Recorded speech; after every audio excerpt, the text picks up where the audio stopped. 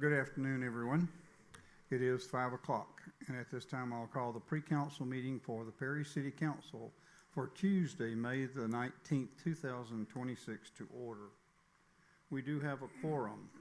Item 3 are citizens with input. Are there any citizens here this evening that would like to address mayor and council at this time? If you'd like to come up and address council, if you would give us your name and address, please. My name is Melissa Ship Robinson, 1719 Sewell Circle, Perry. Okay. And you have an issue you would like to discuss with us? Not an issue. Okay. It's application request. Application request for? Oldfields Farmers Market. That will come in the meeting? Later. Yes. Okay. Yes, ma'am. I haven't had to do this in years. So. Okay. Thank you. That's fine. Are there any other citizens that would like to address mayor and council? Thank you. Item 4, items for review and discussion. Item 4A is the discussion of the May 19th, 2026 council meeting agenda. Council members, I'd call your attention to that agenda. Yes, it is very long this evening, and we will try to work through it here as quickly as we can. If you have any questions for clarification, please don't hesitate to ask. Item 1, 2, and 3 are standard items. The invocation, anyone like to volunteer to do that? Okay, Dr. Albritton. Pledge of Allegiance. Ms. Faust. The two doctors. Okay. Item 4, citizens with input relative to the agenda. We will accept that. We do not have a public hearing this evening. Item 5 are recognitions and presentations. Item 5A is the introduction of Ms. Lynn McDonald as our finance manager. I'm glad to have you. Mitchell, I guess you will introduce her? I will, yes, sir. Okay, thank you. We're glad that you're here. Mitchell's glad that you're here. Item 5B is consideration and approval of a fireworks display agreement with the Southern Skies Firework LLC for Red, White, and Boom of 2026. Mrs. Cameron? Yes. Good evening, Mayor and Council. Tonight I have 2 presentations for you, but the first is the Southern Sky Firework contract for Red, White, and Boom this 4th of July. Under this agreement, Southern Sky Fireworks would provide a 20 to 22 minute firework display at the cost of $20,000, which is their standard price and was approved in the previous year's budget. The agreement also outlines their responsibilities as far as, getting the permits, site preparation, cleanup, and overall event operations. Yeah. Any questions? Questions, council members? I do. And remind me what funding source this is? So it comes from the general fund, but it is. Hotel motel Yeah, I'm going to defer to him Okay. because it changed on me this year. So. But we also, I think, had a generous donation from the county. Yes, we do also have a $15,000 sponsorship from the House and County Commissioners for this event, for the 250th. So that's for what's the total estimated cost for the event? For the event overall is $30,000. That's including the $20,000 for the fireworks. But we have a $15,000 sponsorship, so roughly $15,000 for the city. And does that include like overtime for safety personnel, public works, et cetera, or no? Is that not counting human resources hours? That does not. It is not included in my budget. Okay. No. So that would be like cost for materials, supplies, et yeah, cetera? decorations, activities that we hired so that people can come and enjoy them for free, like face painters, balloon animals, photo booths, things like that. Got it. Thank you. You're Looking forward to the event. Any other questions? Okay, thank you. So you also have 5C, and that is a special events application. 5C1 is consideration and approval of special events application for the Oldfield Farmers Market. That is correct. The Oldfield Missionary Baptist Church is requesting the use of Halfley Park bi-weekly between the dates of May 30th and August 29th, in the hours being 9 a.m. to 1 p.m. For the Oldfield Farmers Market. Mm-hmm. They are not requesting any city resources other than the use of the park itself. Okay, the parking lot, basically. Mm-hmm. Okay.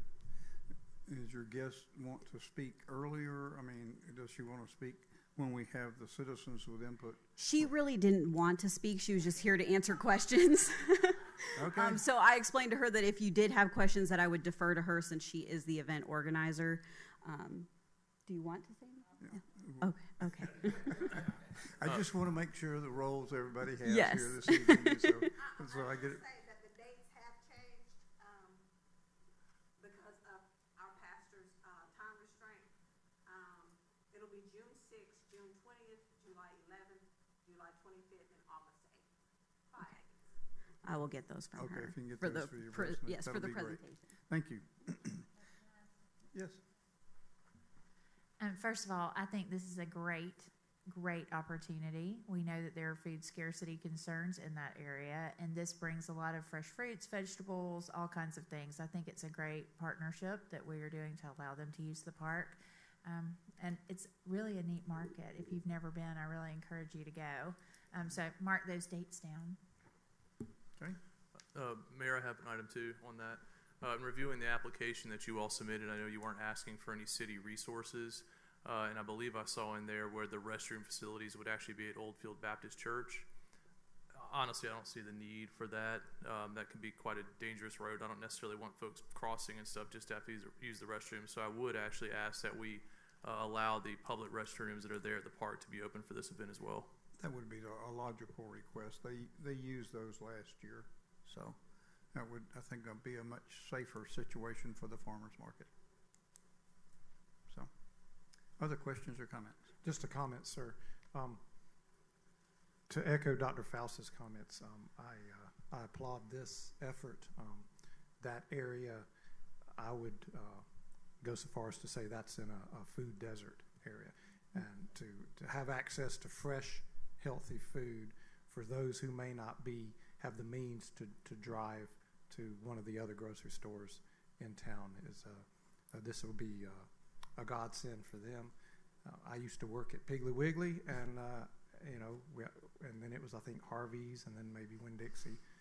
But ever since that grocery store closed, which I hated to see, that area of town has been underserved. So I applaud this effort to bring fresh food to those who have access to it, walking distance. Absolutely. Okay, thank you. All right, thank you. Item 6 will be the review of the minutes. Item 7 will be unfinished business. 7A is an ordinance for the second reading and adoption. 7A1 is the second reading of an ordinance for annexation of property to the city of Perry. The property is located on Airport Road. The tax map number is 00310033000. Mrs. Wharton. Thank you, Mayor. Mayor and Council, at your last council meeting, we had a public hearing on this item. Since that time, the applicant has requested that we postpone, that council consider postponing the second reading of this ordinance to your second meeting in June. So I would like to share that request with council to see your direction in moving forward. I think that will have to be served as a motion coming to the council, and they will have to, during the meeting, will have to express their desires one way or the other to extend that. Sure. Can we ask questions about that? Yeah. I just want to review all of our options, I guess, with this parcel, given the request. So we can vote to postpone it to June 16th. Mm-hmm. Okay. You'll have the option to make a motion. Okay. If that's what you prefer. Right. And okay. That's the request of the applicant. Right. That's what it is. Not something we have to agree to. No. Okay. This is the choice of the council. The applicant is just asking that they're asking for extended time which will be within the 60 days that you have Mhm. time to act. That's one Sure. of the things I wanted to make sure, if that application or the request came forward, that when you guys voted on it, it's gonna be well within the 60 days. Okay. And so, And obviously, we can vote, if we don't choose to postpone it, we can vote to approve or deny. And I guess the other option I'm curious about, is there an option available to approve the annexation but not the rezone? Would there be a special, would we have to have a special reason to do it that No. way, or is that, that's you not, can't okay. accept annexation without putting it in a city zoning Zoning category. classification, gotcha, Some- okay, One category or the other, so that's your choice. sure, But if you put it in a category that's different than the applicant has put in there and they do not accept it, it's the Right. same as denial. gotcha, okay. If the applicant does not accept it, right, Mayor? Yeah.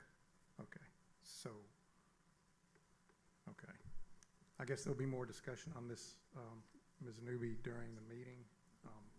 So I'm sure that there's more questions among the council I- that we'll bring up during the regular meeting.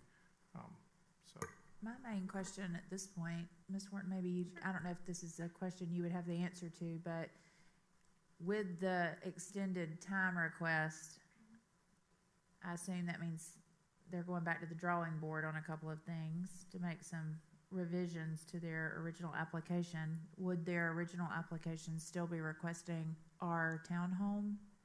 Or are they changing their zoning request?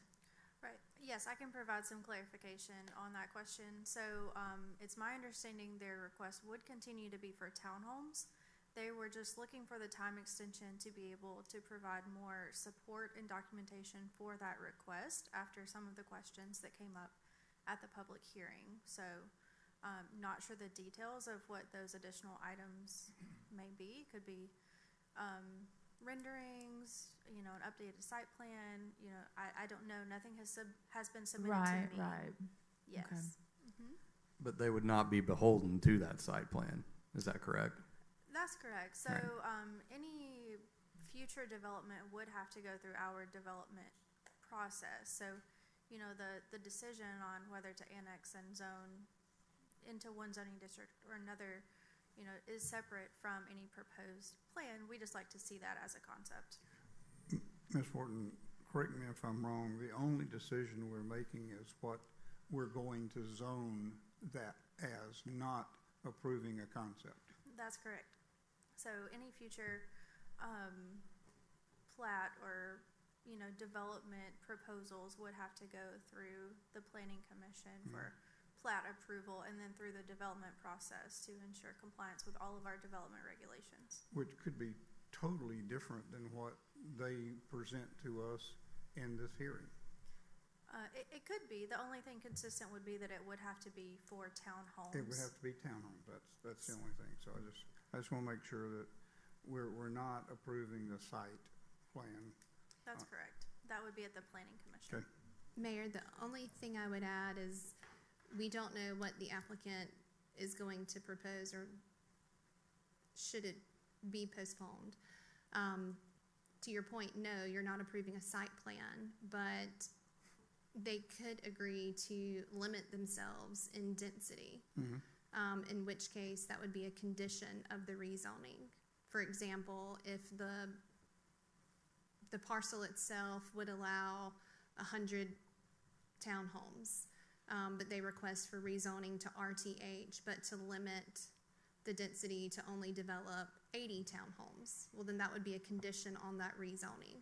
And so any site plan, whether it would be one they present now or anything that would come forward in the future, if it has that condition on it, it can only be developed up to that number of units.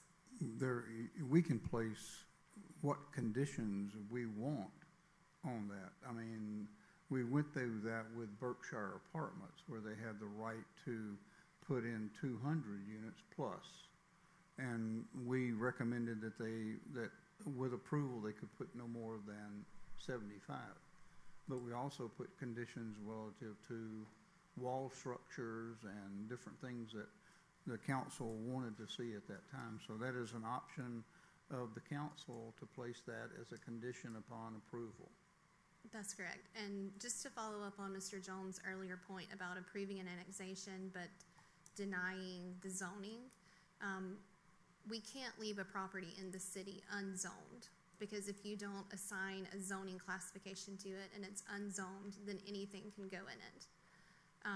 So when it comes to the rezoning aspect, you can approve as it's presented, you can add conditions to it, you can deny it, or you can approve a less intense use or intermediate use classification.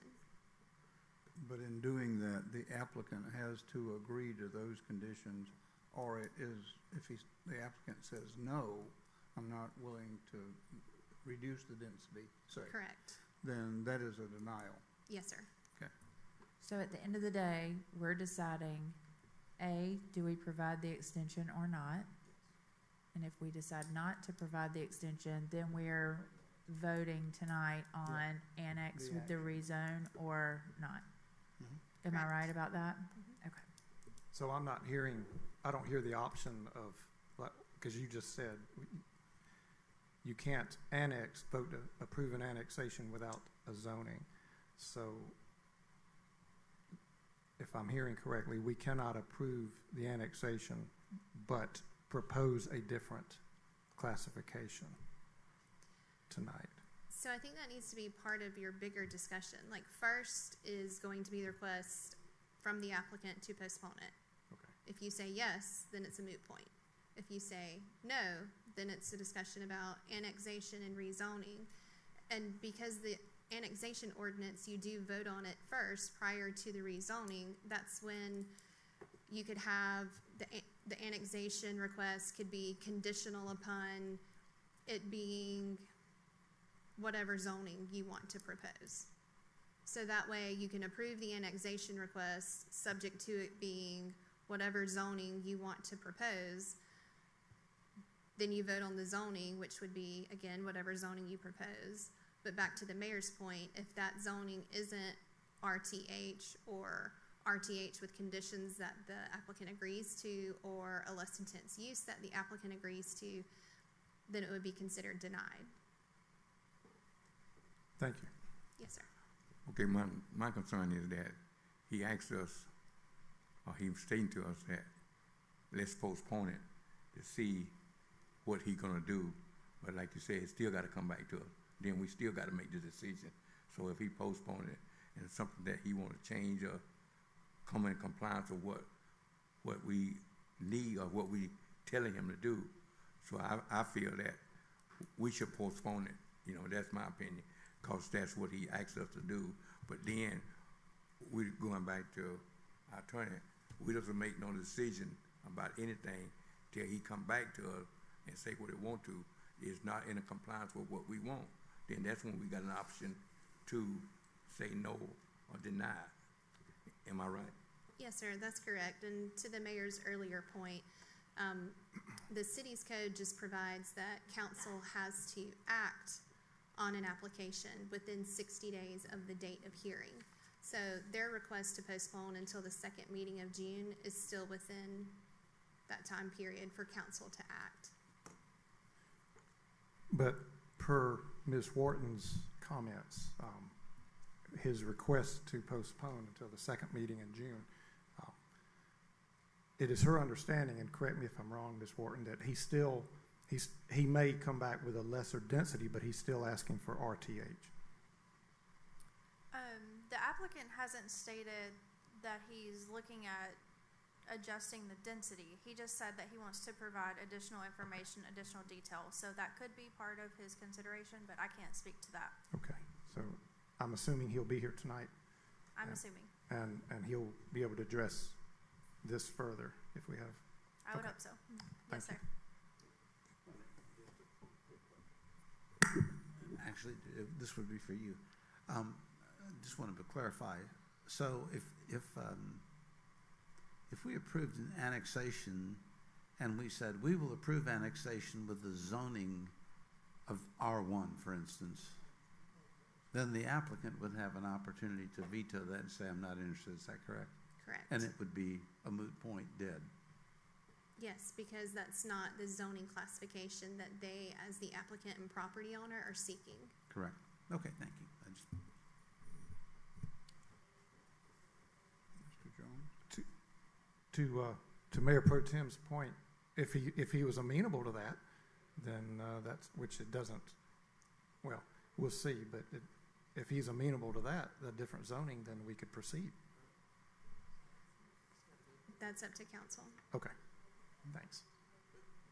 Then in that scenario, he would have to go back through the process all over again, or No. not? No, he would not. Okay. The code provides for council to approve what's requested with conditions, deny it, or approve a less intense or intermediate zoning classification. So in the single-family zoning classifications, you have RTH, R3, R2, and R1, which are all single-family zoning classifications.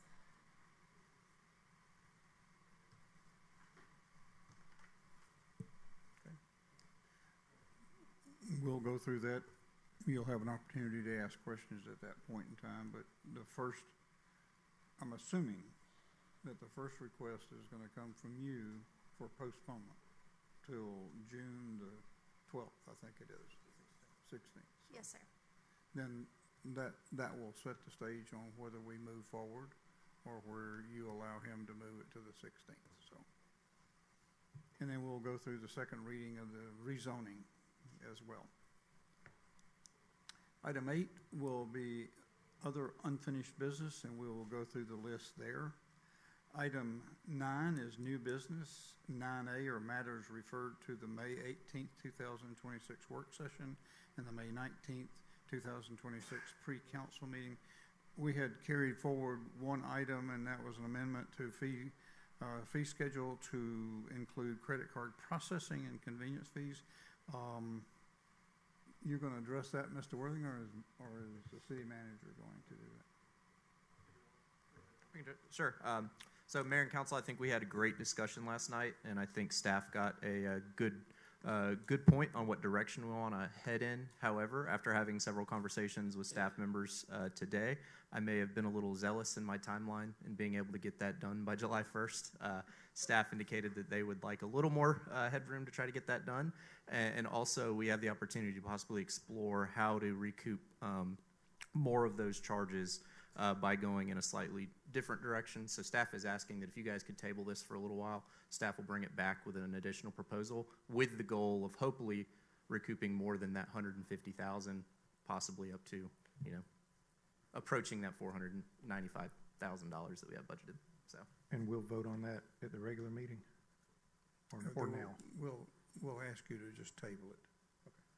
The staff is requesting that you table that at this point in time to do some additional research work where we think that there is opportunity to recover greater amount of that fee than was presented last night. I saw that some of my colleagues were like motioning to approve, and I thought that's why I needed clarification.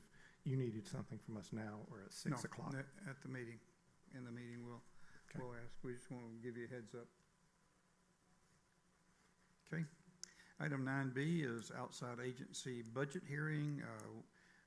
9B1 will be a presentation from the Perry-Houston County Airport Authority, Mr. Marquardt. Not sure who else will be speaking, but potentially it could be the Chamber, the Historical Society, and the partnership, 21st Century Partnership. So then we'll go into 9C, which is the department budget hearings, and we'll give the opportunity to the Finance, Communication, Clerk's Office, and Legal Services to have to address the council at that time. Item 9D, or award of bids. 9D1 is bid number 2026-09, Magnolia Park restrooms. Mr. Worthington? Thank you, Mayor. Mayor and Council, I think you are all aware of the generous donation from the Hasea Club to build the Magnolia Point Park playground for us. As part of that, the city committed to providing the land and also providing a ADA accessible restroom facility and associated infrastructure such as sidewalks. Staff put that out to bid, received a number of bids because I'm a great interest in this one, with the low bid being Parish Construction Group of $167,181. Staff would propose that we do award that to Parish Construction in that amount. with the funding source being the 2024 SPLOST, specifically the recreation pot of money. Questions, council? Okay, thank you. Item 9B2 is bid number 2026-10. This is the downtown sidewalks at Carroll and Jernigan that we have talked about in the past. Mr. Worthington? Thank you, Mayor. Once again, this is the sidewalks at the corner of Carroll and Jernigan. This is to both beautify and bring them up to some ADA compliance bring some ADA compliance issues up to speed. We received 2 bids on this one. The low bid was RM Concrete Specialists LLC. The amount is $186,337. Staff would recommend that we award that to the low bid in that amount. Once again, the funding source for this would be 2024 SPLOST, however, not out of the recreation pot of money, out of the roads, streets, bridges, and sidewalks. Mr. Smith, you had additional comments you wanted to add to that, as I understand. Yes, sir, I do, Mayor. Thanks.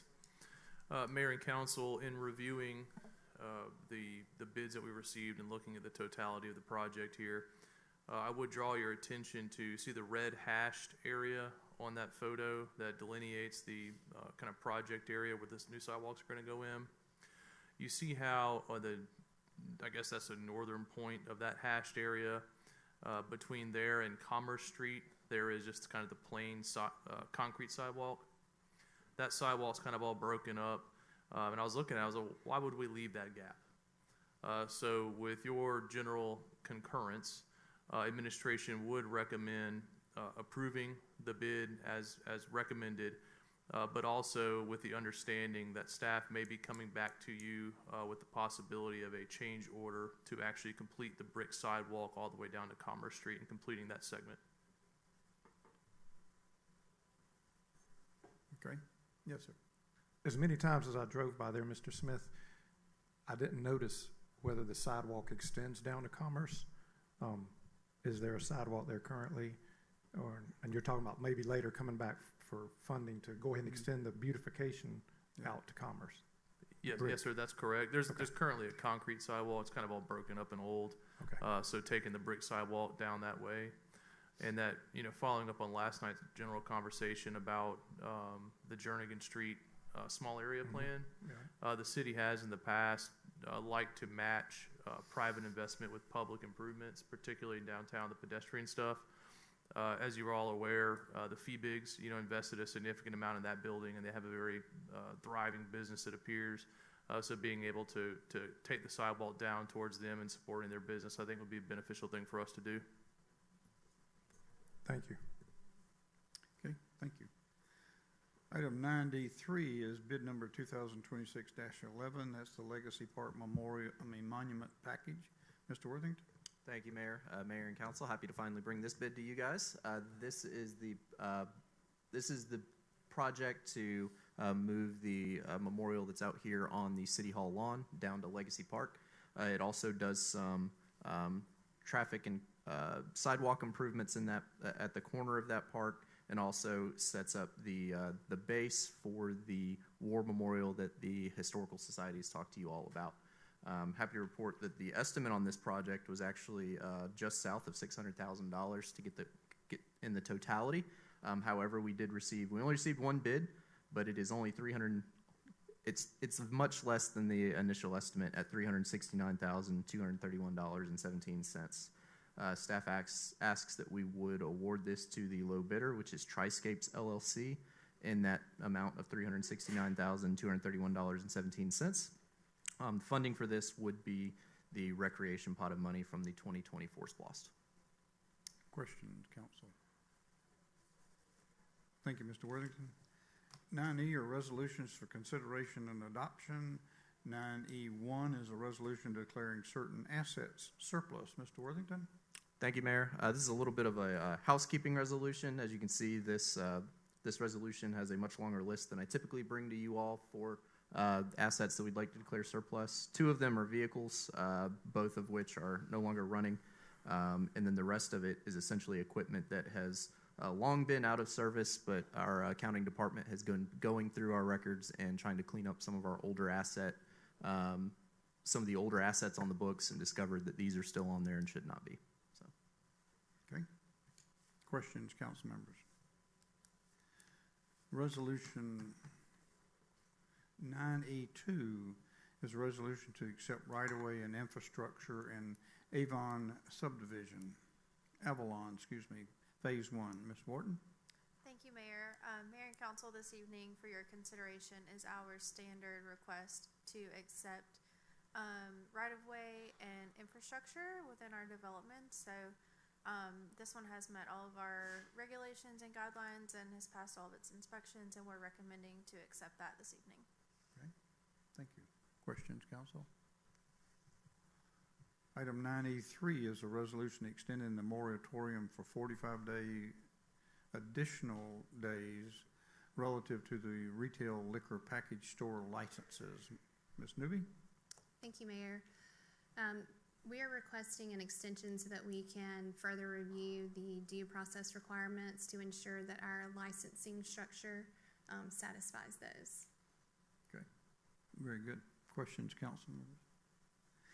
Item 9E4 is a resolution to adopt the Jernigan Street Small Area Plan as presented last night. Ms. Ward? Thank you, Mayor. Appreciate the discussion last night and the presentation of this plan during the work session. So with no further edits needed to the plan, we do recommend accepting this for adoption this evening. Okay. Questions, council? Thank you. Item 9F is to designate a voting delegate for the 2026 annual business meeting of GMA. Traditionally, that has been the mayor to attend that voting, to do the voting on that. We will accept your recommendation, but I'm willing to do that if I attend that meeting on a regular basis. I would like to nominate Randall Walker to represent us as our voting He's not delegate. available. But we also have to have a substitute delegate. Are we going to do this at 6? Hmm? Are we going to do this at the regular meeting? Yeah, this is just reviewing it, so. I'm telling you because we've got 3 of them.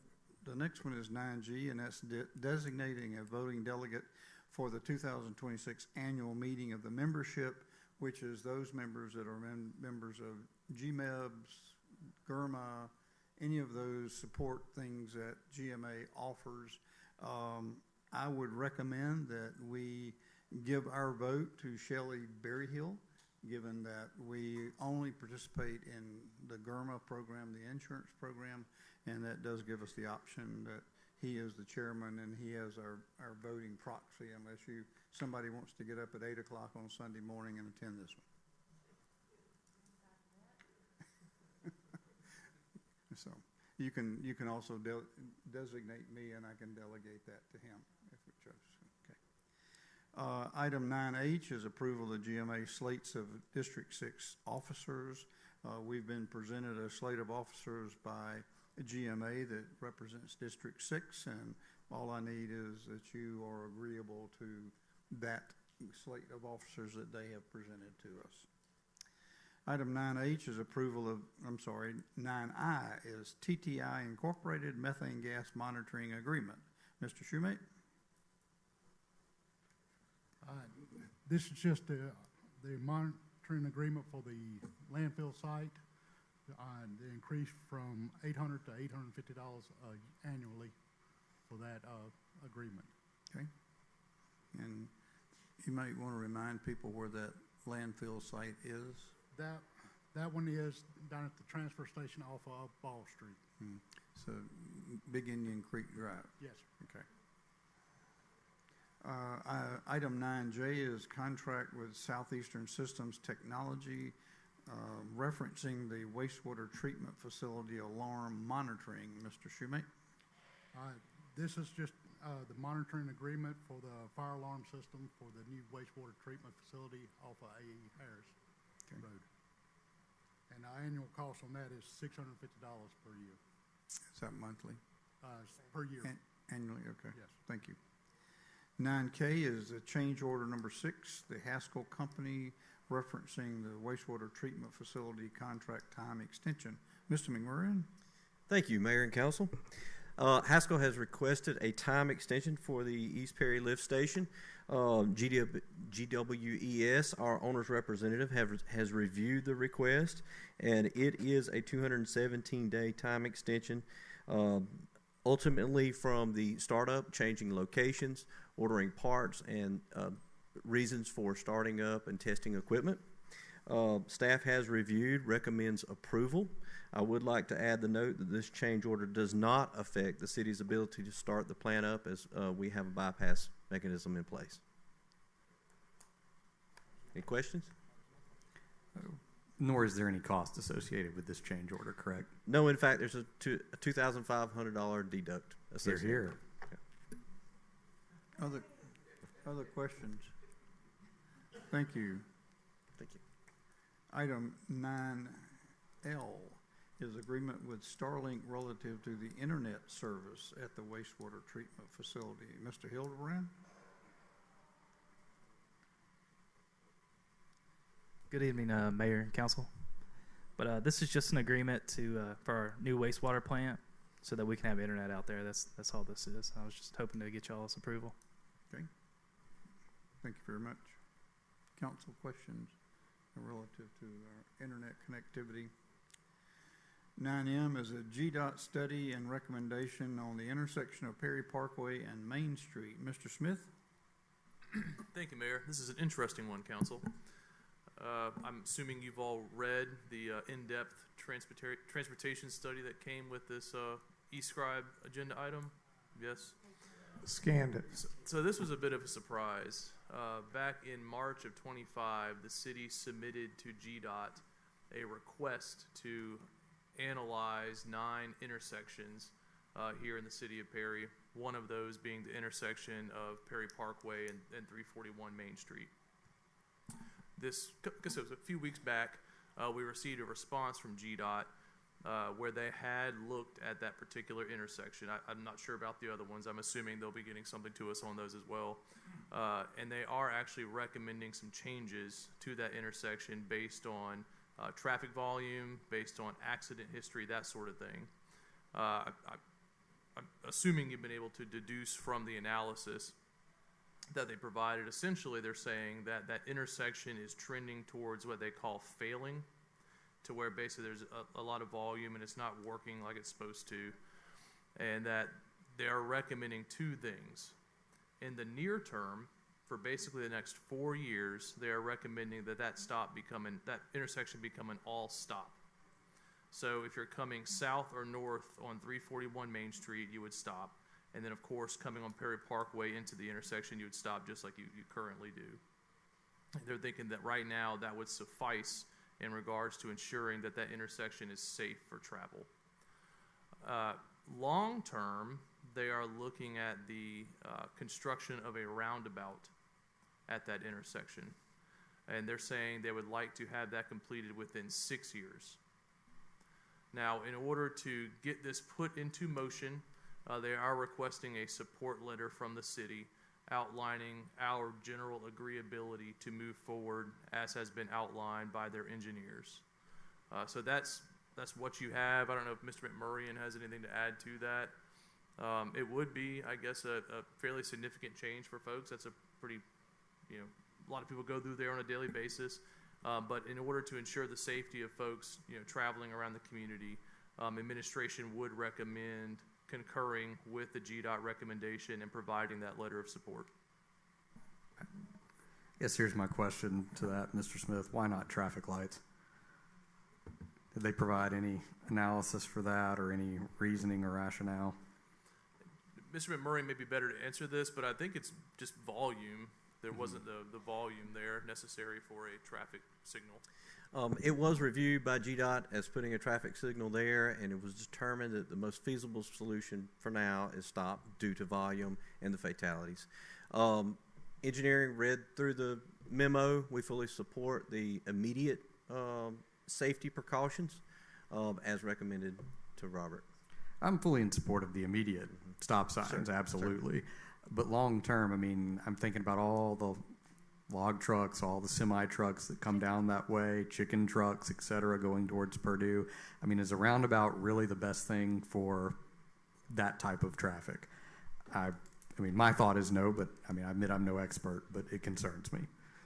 I would think that the GDOT engineers took that into consideration. You know, heavy trucks, the number of trucks, I'm assuming the roundabout will be big enough to accommodate, you know, those trucks. So this, the time period that's associated with this, from this all stop until they find the solution for roundabout, includes a lot of that study. So there's study, there's property acquisition, and there's a lot of steps they have to go through to confirm if a roundabout's necessary or there's some other options available. Of course, that will come back to the city for, and as they advise us as we move forward. So tonight, then, we're just approving the support for the immediate stop signs. Is that correct? That was my recommendation. Is that okay? I think it's generally concurring with their recommended course of action, which would include long-term that roundabout. A long-term solution. Yeah. Well, have they, have GDOT done their study on that section? You know, going back to what was being said, as a study there, as Mr. Jones was mentioned, with the tractor trailers and the trucks coming through. I know on RF Red Drive in Sam Nunn, I saw a truck come across. You know how you're supposed to turn right there and go down? That big old truck just rolled right on across there. You know what I mean? Didn't take no consideration, I think. I don't know what GDOT done a study, but it'd be necessary that a study done on that. Going back to what Mr. Jones was saying, it's very important because them trucks. Well, that's a good point. I can't speak for the total review and what GDOT does in their review, but I do know that they've collected traffic data counts. They count the trucks, they count the traffic volume, they count the motorcycles, regular vehicles, all of it, and they compile all that and put it in their data to make a decision on what's best fit. Now, the state overall, as you may know, is leaning toward a roundabout. The state routes have been leaning toward roundabouts. They make these roundabouts in some cases big enough to handle the traffic, the large trucks. I don't know how big they're looking at. I'm sure that will come back to us for an update. But as of now, it is our recommendation to proceed. And just for clarification in regards to what exactly is being recommended, if you look at page 9 of the document that came over from GDOT, it does have a very concise recommendation in there, and you would be, with the support letter, concurring with that recommendation and asking for them to move forward with that recommendation. And that does include the roundabout.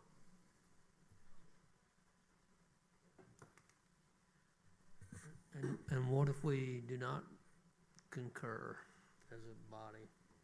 What happens then? I don't know. I mean, that's a GDOT right of way, so I'm assuming they could come in there and do whatever they want generally. I think they're looking for our concurrence because Main Street is a city street up to the GDOT route.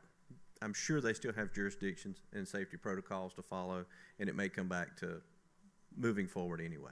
But I don't know the answer to that either. We've never denied. We've always supported GDOT. Can we support the part that's immediate, but say we would prefer traffic lights in the long term? I think we could certainly have a condition in there, but okay. I don't think that's unreasonable. Yeah, we'd be happy to include something like that. Basically concurring with the recommendation as was provided, with a caveat in there that the city would prefer a signalized intersection, and we would appreciate them continuing to explore that possibility as they move forward. And all I can tell you is good luck, because they are obsessed with roundabouts throughout the state. So I would recommend that we do make that condition when we send the letter back personally, if the council, because I look at the Fairview 41 roundabout, and I don't want that situation over there.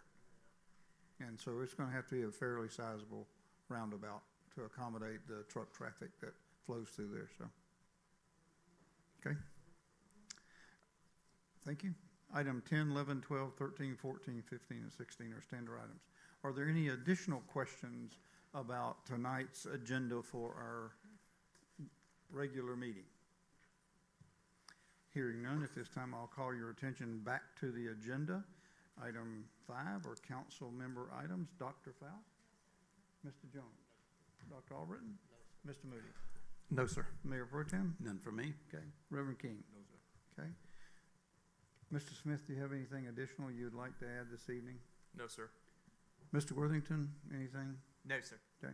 Ms. Newby, is there anything that you would like to add this evening? Okay, thank you. There's no requirement for an executive session. Is there anything to come before us before we adjourn until 6 o'clock? Hearing none, at this time, I'll entertain a motion to adjourn pre-council. I move to adjourn. Motion to adjourn. Second. All in favor, please indicate by raising your right hand. We do stand adjourned till 6 o'clock.